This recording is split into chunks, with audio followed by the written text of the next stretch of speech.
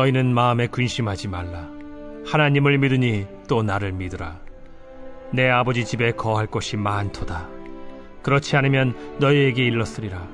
내가 너희를 위하여 거처를 예비하러 가노니 가서 너희를 위하여 거처를 예비하면 내가 다시 와서 너희를 내게로 영접하여 나 있는 곳에 너희도 있게 하리라. 네, 안녕하십니까. 좋은 아침입니다. 예수님이 갑자기 제자들에게 근심하지 말라고 그 입을 떼십니다. 그 말은 제자들이 뭔가 근심에 사로잡혀 있었다는 뜻이 될 것입니다. 그러나 사실 이제 성경에서 제자들이 어떤 일 때문에 근심을 하게 되었는지 그 구체적인 이유는 설명해 주고 있지 않습니다. 그러나 생각해 보면 그 구체적인 이유는 중요하지는 않습니다. 왜냐하면 우리 인생이라고 하는 것은 항상 근심할 수밖에 없는 것이기 때문에 그렇습니다. 그래서 성경이 말하는 근심은 어떤 부분적인 문제나 어떤 사건에 대해서만 말하지 않습니다. 성경이 말하는 근심이란 인간 내면 속에 품고 살아가는 어떤 본질적인 근심을 의미한다라고 할 수 있습니다.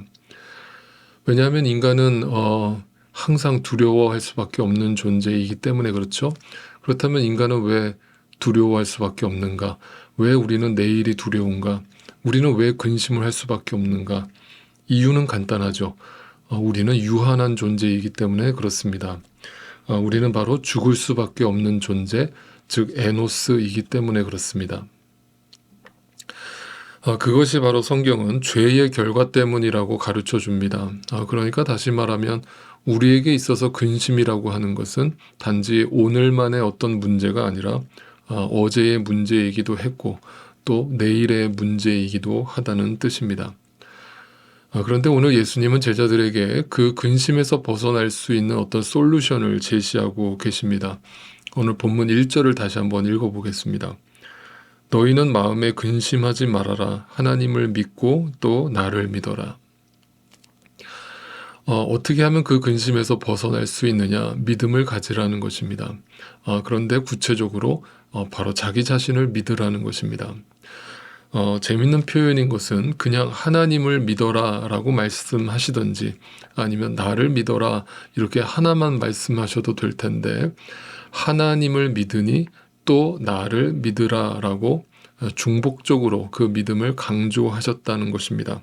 그렇다면 여기에는 분명 어떤 의도가 있으실 텐데 어떤 의도로 이렇게 말씀하신 것일까요? 생각을 해보면 하나님이라고 하는 분은 당시 유대인들에게 구약시대적인 어떤 개념이 있었을 겁니다. 그래서 구약시대의 하나님은 눈에 보이지 않는 하나님이죠. 그래서 하나님은 보이지 않는 분으로서 그 믿음이라고 하는 것은 어떻게 보면 굉장히 추상적이고 또 때에 따라서 희미하게 느껴질 수밖에 없는 영역이라고 할 수 있습니다. 그런데 지금 제자들 앞에 서 있는 사람은 예수님입니다.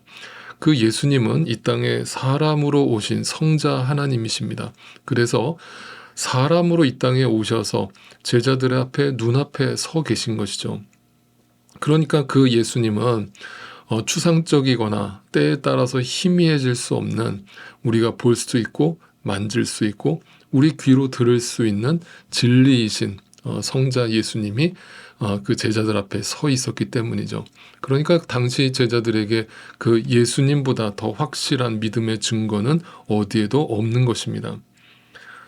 다시 말하면 예수님이 이 땅에 오셨다는 것의 의미는 우리에게 이 믿음의 증거와 확증으로서 그것이 얼마나 확고하며 그것이 얼마나 사실적인가를 우리에게 분명하게 설명해 주고 있습니다. 그러니까 여러분 우리가 성경을 읽을 때 예수님을 어떤 소설 속 인물로 생각하거나 아니면 먼 과거의 인물로 생각할 때 우리에게 그 믿음이 쉽사리 생기지 않을 수 있습니다. 중요한 것은 하나님과 예수님과 성령님이 삼위일체 하나님이시기 때문에 우리는 성경에 인간의 몸으로 이 땅에 오신 그 예수님을 실질적, 역사적 예수로서 인정할 때 그 믿음이 실제화될 수 있는 것입니다. 그러니까 예수님의 이 말씀을 다시 한번 정리해 드린다면 너희가 그동안 믿어왔던 하나님은 굉장히 추상적으로 들릴 때도 있었지. 그런데 이제부터는 나를 보고 나도 믿어라. 그러니까 나와 아버지는 하나이기 때문에 하나님을 믿는 것과 나를 믿는 것이 동일한 것이다. 하나님이 안 믿어지면 나를 보고서라도 믿어라 라면서 그 믿음을 구체적으로 실제화시켜주고 계신 것입니다. 여러분, 저는 오늘도 분명히 믿는 것은 우리 안에 계신 성령 하나님께서 역사하신다는 것은 다름이 아닙니다. 성경을 읽을 때 이 예수님이 실제화되어서 그 예수님의 말씀이 실제화되어서 구체적으로 나한테 들려오기 시작하고 그것이 믿어지기 시작하는 것입니다. 그것이 성령 하나님께서 우리 안에서 벌리시는 일인 것입니다. 자, 오늘 우리에게도 마찬가지로 우리 눈에 지금 하나님과 예수님이 보이지 않습니다. 그러나 예수님이 이 땅에 실존하셨다라는 것이 성경에 명백하게 증거되어 있다라는 사실을 우리가 믿음의 눈으로 확인할 때 그 믿음은 실제가 될 것입니다. 자, 이제 2000년 전 제자들의 입장에서 이 말씀을 한 번만 더 생각을 해보겠습니다. 그들은 구약시대 내내 메시아를 기다렸습니다. 그리고 드디어 그 메시아가 자기들 눈앞에 나타났습니다. 그리고 열광적으로 그 메시아를 찬양하고 따라다녔습니다. 그런데 3년쯤 지날 때쯤 메시아가 갑자기 제자들에게 나는 곧 너희를 떠날 것이다 라고 말을 합니다. 그러니 그 제자들의 마음을 한번 생각해 보십시오. 얼마나 정말 절망적인 말로 들렸겠습니까?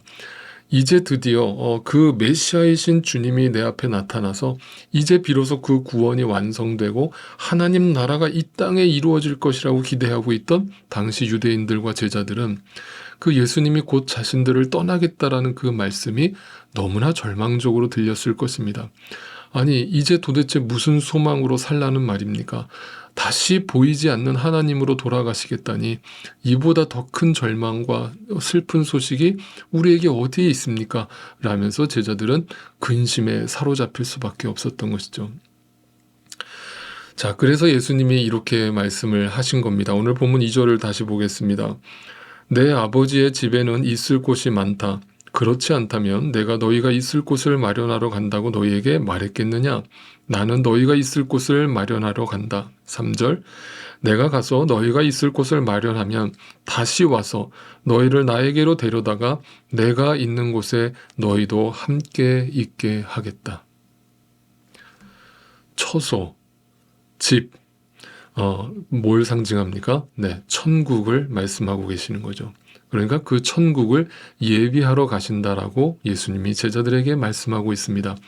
다시 말하면 제자들 눈앞에 실제로 나타나셨던 성자 예수님께서 너희가 알고 있는 그 천국이라는 것도 허상이 아니라 추상적인 게 아니라 소설 같은 얘기가 아니라 실제로 있는 곳이야 라면서 그것을 제자들에게 강조하고 계신 겁니다. 그래서 1절에서 그렇게 얘기하신 겁니다. 근심하지 마라. 믿음의 눈으로 보면 반드시 그 천국이 실제한다라는 것을 너희가 믿음으로 바라보게 될 것이고 그리고 그것을 기다리게 될 것이다. 나는 너희를 위하여 그 천국을 예비하러 간다 라고 말씀하신 겁니다. 그러니까 이 말씀을 하신 그 순간은 예수님이 십자가에 못 박히시기 불과 몇 시간 전이었습니다.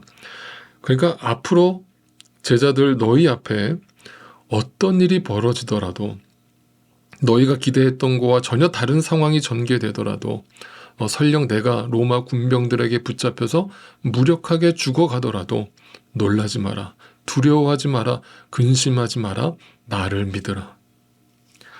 그 십자가 너머에 부활이 있을 것이고 그 부활 이후에 너희에게 천국이 예비되어 있음을 내가 그것을 예비하러 갈 것이다. 그러니까 그것을 믿음의 눈으로 바라보면서 기다려라.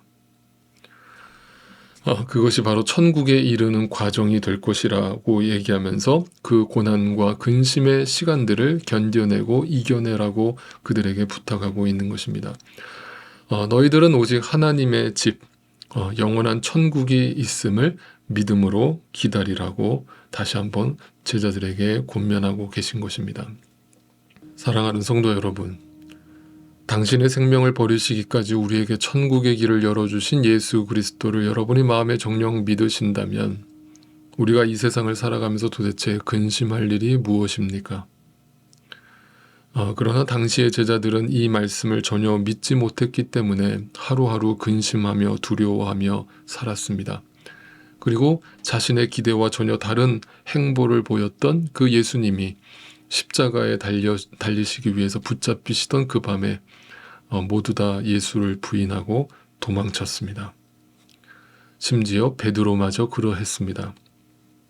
그랬던 제자들이 부활하신 주님을 목격한 이후에 예수님이 말씀하셨던 이 모든 것들이 전부 사실이었음을 확인한 후에 자신들이 그동안 염려했던 그 세상의 근심과 염려와 두려움을 벗어버리고 아버지의 집을 향하는 순례자의 길을 걷기 시작한 것입니다. 믿는 성도 여러분, 왜 근심하십니까? 무엇을 두려워하십니까? 무엇이 그리 못마땅하십니까? 그것이 정말 중요한 일입니까?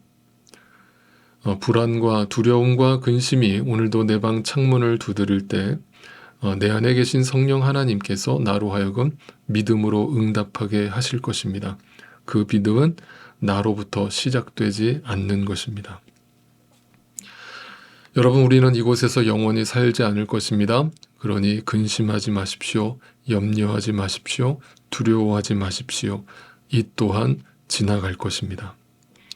하나님을 믿으니 또한 나를 믿으라 라고 하시는 그 예수님의 말씀을 오늘도 마음에 새기고 우리의 거처는 이 세상이 아니라 하늘에 있음을 마음속 깊이 새기실 수 있기를 주님의 이름으로 축복합니다.